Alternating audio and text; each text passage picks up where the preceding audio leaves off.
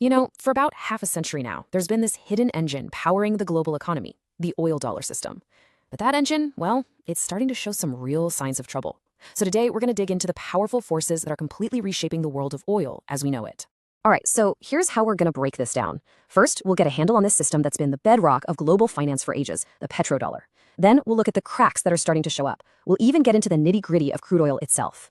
After that, we're going to zoom in on India's critical role in this whole high-stakes game. And finally, we'll try to answer the big question: what does this new global oil order actually look like? Okay, let's start at the beginning, right? The very foundation of the modern oil economy. And really, it all boils down to one simple, but believe me, incredibly powerful question. And if you can answer this one question, you unlock the whole puzzle: the connection between a simple barrel of oil and, well, immense global financial power. The answer? It's all about a system we call the petrodollar. Now, this system, it did something truly remarkable. It took oil, which is, just a commodity, and turned it into a massive pillar of America's financial power. How? Well, think about it. If you're a country and you need to buy oil, you first had to buy US dollars. This created this huge, constant, and you could say artificial, demand for American currency. So where did this all come from? Well, you have to go back to a really crucial moment in the early 1970s. The old financial system, Bretton Woods, had just collapsed. So the US struck a landmark deal starting with Saudi Arabia. The arrangement was simple. Oil exporting nations would price all their crude in US dollars. In return, they got American security guarantees and VIP access to its financial market. And get this, even today, after 50 years, this system is still incredibly powerful. We're talking about roughly 80% of all global oil sales still being priced in dollars. This gives the US an incredible advantage, right? It creates this massive, non-stop demand for their currency, which lets them finance huge deficits and build some pretty unique geopolitical power. But as powerful as it's been, that long-standing system is now facing some of its biggest challenges ever. This brings us to a trend you're probably hearing a lot about: de-dollarization. So what is de-dollarization? Well, in simple terms, it's countries all over the world actively looking for ways to depend less on the US dollar. And why are they doing this? It's about taking back control. They want more say over their own economies and to be less vulnerable to, say, policy decisions made thousands of miles away in Washington, D.C. Now, this isn't just happening out of the blue. There are some major global shifts pushing this forward. For example, the way financial sanctions have been used, particularly against countries like Russia, has really put the search for alternatives into overdrive. You have alliances like BRICS actively trying to build their own financial systems. And more, you're seeing countries put bilateral deals to trade oil directly in their own currencies, completely sidestepping the dollar.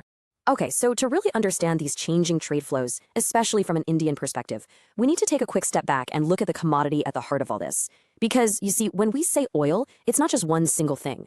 It's a bit like coffee, right? You have different beans from different places. With crude oil, it's broadly broken down into sweet or sour.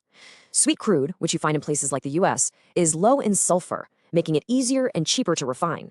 Sour crude, on the other hand, which is common in the Middle East and Russia, is high in sulfur. It's just more challenging to process.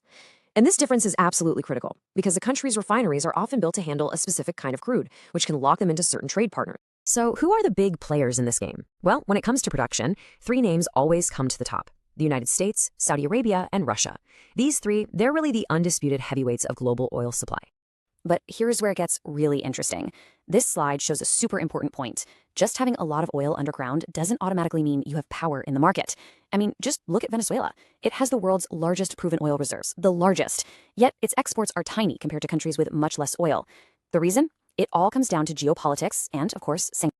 All right, so let's bring this whole global story back home. What do all these shifting sands really mean for a massive energy consumer like India? Just look at this number for a second. Over 85%, that's how much of the crude oil India uses that has to be imported. It's a huge figure, and this massive dependence makes our entire economy incredibly vulnerable to whatever happens in the global markets. Price shocks, supply cuts, you name it.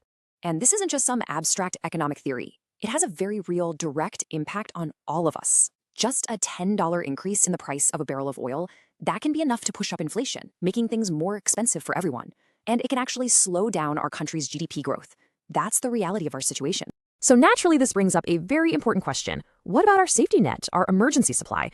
Well, the reality is, it's pretty thin. The government's own strategic petroleum reserves, they'll only cover us for about 9 or 10 days. Now, if you add in the oil held by commercial companies, we get up to about 75 days. But here's the thing, the international benchmark, what most major developed economies aim for, is 90 days. So we're falling short. So what's being done about this? Well, India is tackling this challenge with a strategy that has several different parts. First, it's about diversifying where we get our oil from, looking beyond the usual suspects to places like Russia and the Americas. Second, it's about diversifying our energy sources themselves, a big push into renewables, nuclear power, and biofuels like ethanol. And finally, it's about looking to the future and embracing new tech, like electric vehicles and green hydrogen. Okay, so let's put it all together. You've got this challenge to the dollar, you've got these trade flows shifting all over the world, and you have India making its own strategic plays. Where does this leave the entire global energy map? I think this quote really hits the nail on the head. The main thing to take away from all of this is that the fundamental rules of the game are changing, and they're changing right now, as we speak. The future of oil isn't just about supply and demand anymore. It's becoming just as much about finance, about politics, and about which currency holds power. And that leaves us with a really critical question to think about for the future. As major economies, countries like China and India, start building their own parallel payment systems and trading in different currencies, are we actually watching the beginning of the end for the petrodollar? And if that's true, what comes next? That right there is the big unknown that is shaping the new global order.